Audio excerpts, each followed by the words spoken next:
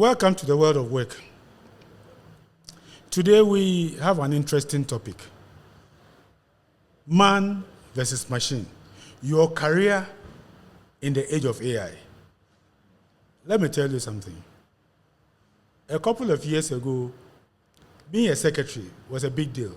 You have a typewriter, you are typing the documents for your boss and that kind of thing. Then computers came and secretaries started crying. We are going to lose our jobs. Now computers are everywhere. But we are in a new era where artificial intelligence is threatening jobs. Should we welcome it or should we be frightened? How do we prepare to be relevant in the age of AI? Today, we are going to dive into this topic, and to do this with me are our usual team members, Anna and Joshua. Okay, so here we are. Me, I was born before computer. aka BBC. AKA BBC. I was born before computer. And to see a computer,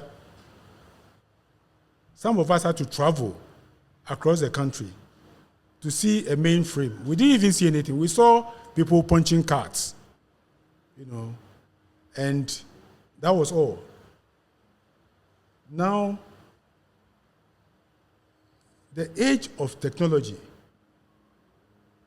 requires that we review the way we do things.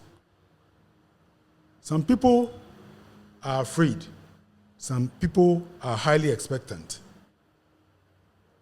The question is, how can a young person coming up, not even having studied IT, prepare himself to be relevant in the era of AI? The ball is in your court. Well, I think that it's a matter of waking up to the call that we can't go to university and say, Maria school, and we are living our life, and we are ready to make money. That logic will not fly anymore. And we need to be comfortable with change. We need to be comfortable with continuously learning and improving ourselves, because that is what the era now calls for. I mean, back in the day when there were secretaries, there were nothing like executive assistants. So for me, the role of a secretary has now been revolutionized to what we have as executive assistants. So in the same way, with AI coming in the picture, we are now going to have a different version of what we do. It's just that maybe there'll be more function with AI. Which brings me to the fact that I recently took a course with ALX, which is the ICE program, Artificial Intelligence Career Essentials. And it was actually for a work thing, but it was an interesting journey in the sense that I got to play around with some of the AI tools that exist. And for some of them, I noticed that they were not mature enough to necessarily take over people's jobs, as some are scared of. But at the same time, it calls for us knowing how to use these tools, whether or not we are in the tech space or we are. And the thing is that the benefit for me as somebody who wants to one day own businesses is the fact that I can brainstorm with AI. I don't need another human being or another team to hold a brainstorming session. I could do that with ChatGPT. If I'm trying to explain how I want a logo or a visual concept, I don't need to have series of meetings with my design team or a design company. I can do that with ChatGPT. I can do that with Canva or a number of other AI tools, and then use that to present a rough idea to my design team of what I want. So it's more or less to support my work or support my ideas as against taking over the existing rules. Joshua, Yeah. what Anna is saying gives me an indication that some people's work will be under threat. Because instead of getting your executive around you and discussing these things with them, you can just do it with AI. It means then that you don't need them. I mean, so people should feel threatened. So what do you think? Hold on, before I come in, there are two things I have to bring to mind. One, I'm preemptively doing this. Someone will be like, actually, so I have to do it before. ChatGPT and something like Canva or Midjourney are two different kinds of AIs. So there's a LLM, which is large language model, which is like you put in text and it gives you text back. But, so for example, I want to write a proposal. Tell ChatGPT what you want to write about and to give you something. But there's a DAO. Is it DAO? Yeah. I'm coming to that point. So that's an LLM, large language model. It's like chat, what do you call it? Predicting text predictor. Yeah. Suggestion, that's it. And there's generative models, which is the DALL-E, the Midjourneys and stuff like that. Gives you images, or Sora, which gives you videos. Yeah. The two are different AIs. You don't want anybody in the comment section to come and say she's confusing ChatGPT with another, so we sorted that out. The second thing I want to do before I get to my point is, I'm curious as to, because you work with students a lot and you're being academic a lot, how they are reacting to this AI thing. So hold on to that one. Now let me come to what the question I was asked, where basically you asked people losing their jobs, whether they should be concerned. Should people fear losing their jobs? I agree with her. No, they shouldn't, because see, a lot of this stuff is hype. So if you remember in the early 2000s when the internet first came, there were companies like Amazon, Microsoft, and what's the name? Bill Gates even had a session with Late Night TV, I think David Letterman, where he was like, oh, we'll be able to listen to audio on the internet. And it's like, wow, we listen to audio on the internet. Yes. But don't listen to radio. Why would we listen to audio on the internet? They found it odd. They were even laughing. But today we have podcasts. And he was right. But before that happened, a lot of scams, a lot of companies that went up and down, like pets.com, toys.com, all those kind of companies. And that's where we are with AI. A lot of companies that are coming out these days are scams, are over-promising. There's this company called Devin, which is saying we are going to replace human beings with AI in terms of software engineering. And people were scared for like 5 seconds. They saw the thing and realized that this thing is just, someone has taken the video, edited it to make it look like this thing is really fast. No, it's not. The same with Gemini, Google's own AI. They looked at it initially and they realized that Google themselves edited, and Google had to come out and say, oh, yes, we apologize, we did some editing here and there. And then Amazon also released an AI, I think 2018, where they said you go into a store, you buy everything, you leave the store, and then to send you your bill. So we thought, oh, this is an AI innovation. Only for it to release that this was Asian intelligence. People in India were calculating your bill and sending it to you in the house. It was not any AI. Asian intelligence, yes, okay. Alibaba intelligence, like Jack Ma said, AI. The point is, AI still has a lot to do. People do believe it's going to get there, but it's nowhere close to that yet. And for a lot of people, what they miss is, I'll push back a bit on what you said. You still need that expertise. If you're coming up with ideas in an industry you don't know much about, you still need someone who is in the industry to tell you whether this is a good idea or not. AI doesn't know the difference. Yeah. So if you go ahead thinking that the AI can solve all your consultants' issues for you, go ahead and implement that idea before you realize that maybe it's not that good. And you actually have to hire an expert to do that for you. Elon Musk tried to do that somewhere 2020, early 2020s. He wanted to replace all his staff with robots. He did that and eventually had to hire back the human beings. Whereas that the human beings still have something to offer. Yeah. They're not quite there yet. And I mean, in this part of, I don't know about America, but for me in Ghana, I feel AI will take a while to take over jobs, because when Vodafone and MTN introduced this call center service where they are practically repeating prompts to you, a lot of people were like, no, we want to talk to an actual human being. We don't want to hear press this, press that. That actually happened in our office just this week. We had an internet issue. Exactly. We want the human factor. So whether AI exists or not, I feel in Africa, there's no ways, even if it can take over anybody's job, people will still want a human being to relate with. Yeah, did you hear about, they said there's the first script written by ChatGPT for a movie? Yes. People were like, we don't want this movie. This movie yeah. So it's, you see, the AI is good. It will improve our work processes. Yeah. It will improve productivity. But like you are saying, it will not completely replace human beings. Now, but of course, it's human beings who are prepared to learn who Yeah. become relevant. But if you want to stick to old school, then you won't be relevant. Well, maybe that's one reason why maybe the people who should fear are the old folks. Yeah, The honestly. old folks who- And even so, with the question he asked earlier about how the students I'm working with, how does AI sit well with them?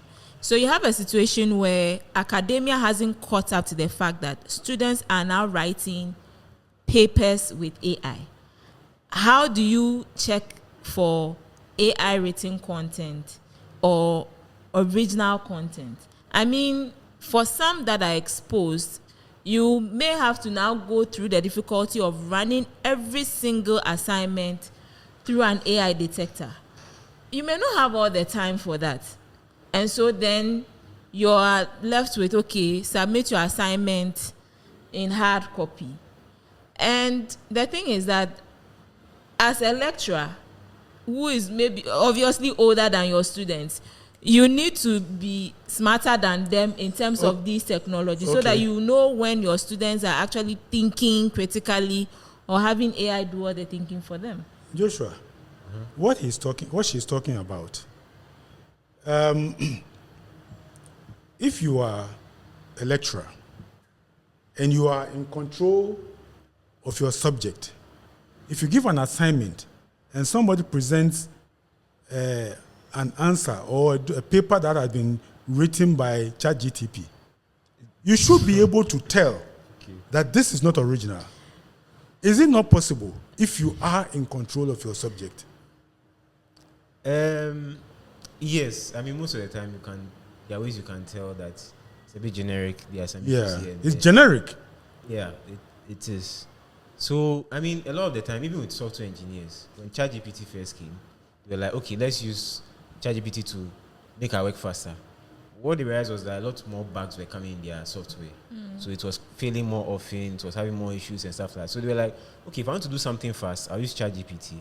But if I want to create more sustainable code, I have to take my time and go back and then edit it and do all these things. So they even had to come up with case studies where I'll apply ChatGPT. In our case, where I'm like, I'll just build it myself. Because sometimes going and doing everything, you just spend more time than if you're just writing yourself from scratch. Counterproductive. Yeah. Then the issue of critical thinking. You see, the era we are in, even though there is AI, like we said earlier, those human beings who will be relevant are those who apply themselves to critical thinking. Yeah.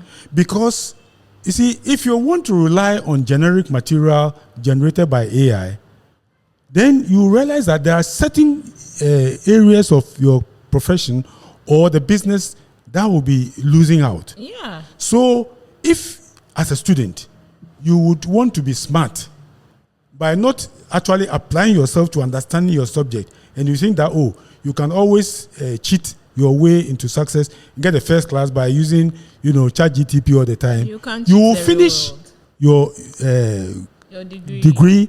You may get a first class, all right, but like somebody who finished electrical engineering with a first class who couldn't change a plug, you will become Very embarrassing.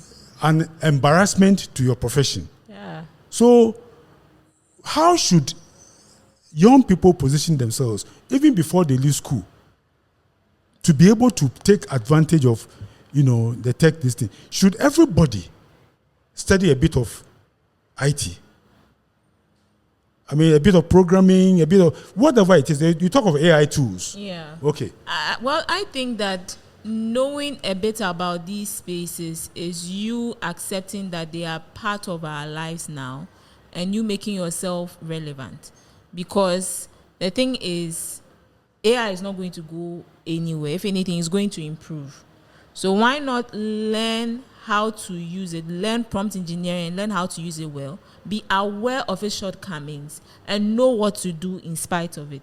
I'm saying this because I recently heard of a case where a law firm has decided that its new recruit of lawyers, they are not allowing them to help with cases because you give them a task to do, they would run the case through AI, and AI is generating false information and citing And sometimes non-existent sometimes they cases fail. as references. Yeah, and okay. so you go to court and you are presenting the case and it doesn't exist.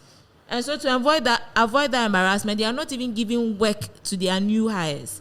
And this is sad, because if you finish school, you spend how many years thinking, oh, now I'm a lawyer, and then they are not giving you work to do because you and your mates are always using AI, then you're not going to learn anything, and therefore your time in school has been a waste. But if you decide that, hey, I know how to use this tool and I see it as a tool, I don't see it as it replacing my thinking faculty. As it should facilitate your work. Exactly. You will definitely thrive. But if you are seeing it as, because it's like, for lack of a better example, Ghanaians versus Nigerians. When it comes to Ghanaians and Nigerians in business, Nigerians are better at business because they are faster. So use AI to be faster in your work, but not necessarily to take over what you should know how to do and do well. Okay. Joshua, what do you think? Yes, coming back to the question. If you... Sorry. No, okay, so the issue here is preparedness. Preparing to take advantage of AI rather than, chickening out of the competition that is coming. It's I won't even say competition. Yeah. We shouldn't see it as competition, because you are not supposed to be competing with AI. You are supposed to be using AI to facilitate your work. Yeah. So come back to that. Yeah. Your question was basically, how do you make sure that you are relevant at the age of AI? Yes. You need to learn programming, you need to learn all these skills. Yes. Yeah. So basically, as someone who went from relatively little tech knowledge to knowing at least as much as I do now, I'm not an expert, but I definitely know more than I used to. Learning technical things is not for everybody. It's tough. Yeah. Because it involves a lot of time and education and all that. But I agree with Anne that you do need to know how to use these tools, and you do need to know the limitations of these tools.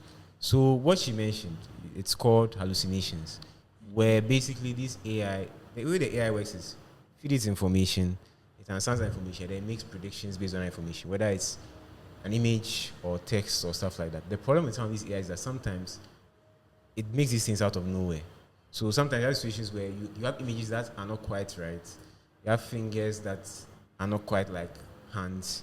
You have texts or arguments that don't quite exist. So in order to address this, people like Google made other software so they now cite sources for you to check. But it still happens. Mm-hmm. So if you're not aware of these things and then utilize these things, you get disasters. Like for example, it's online, can look for it. Someone asked, how do you keep food in a pan? And Google responded with, put glue on the pan and then put the food on the pan. Put it on the fire. This is AI doesn't have common sense. It will do stuff like this. And again, that's why I talk about expertise. This can happen in a field like videography and stuff, where it will give you the equivalent of put glue in a pan and then put the food in it. But in videography, and because you're not a videographer or a digital marketer, you don't know that it's giving you wrong advice. You can apply it and then you are disgraced. Yeah. So that's why I've said, I agree.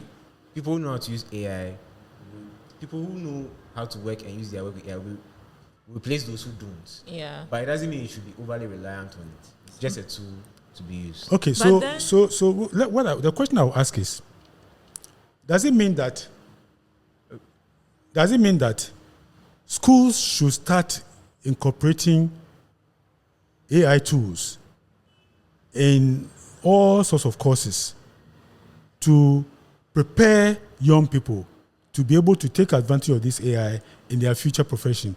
Or people should be left on their own to go and seek training, like what you were talking about? You took a course in AI tools and that kind of thing. Well, I would say that there's a learning curve to it. And if you are not in the space, it will take a while for a whole university to go and start looking into the space to develop a whole course. So I'll talk about partnerships.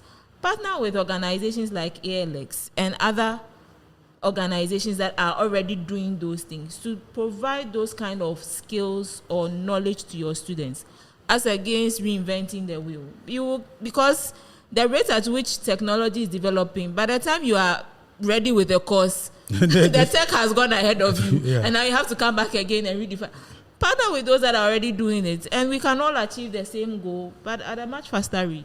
Yeah, I think I agree with her mostly. The only thing I'll add is that schools have to change. That's the truth, because Yeah. it's not going to be that way anymore. If you are not finding out a new learning model, you are not going to be relevant in the future. So for now, as an individual, the best you can do is take the initiative yourself and learn those tools by yourself, or get people, your technical friends who are more know more than you do, to teach you those things, and then go on YouTube, see some videos on it, and then practice with it, experiment with it, and see what creative things you can do with it. That's and even to add to that, or rather to take the topic in a different light, I think it's high time the laws, or the people behind the laws of our country, start learning from the mistakes of the previous generation in terms of when the internet was introduced and the negative or the ethic issues that arose, and see how they can be proactive with the fact that now AI exists. How can we be proactive in our laws so that we can protect? Oh, I think AI, the risk of AI,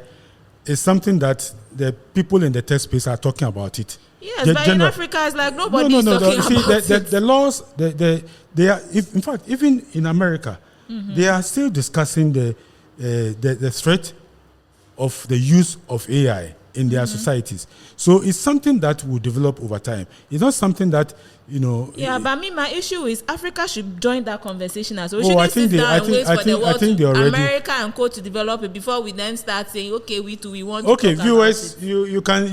you can see from the discussion that this is a very hot topic. We cannot exhaust this topic in this sitting. So just go ahead, do your own research, and find out how, as a young person, you can be relevant in this age of AI. We assure you that as things evolve, we'll also come up and discuss these issues, in greater length. Thank you for being with us, and we'll see you in the next episode.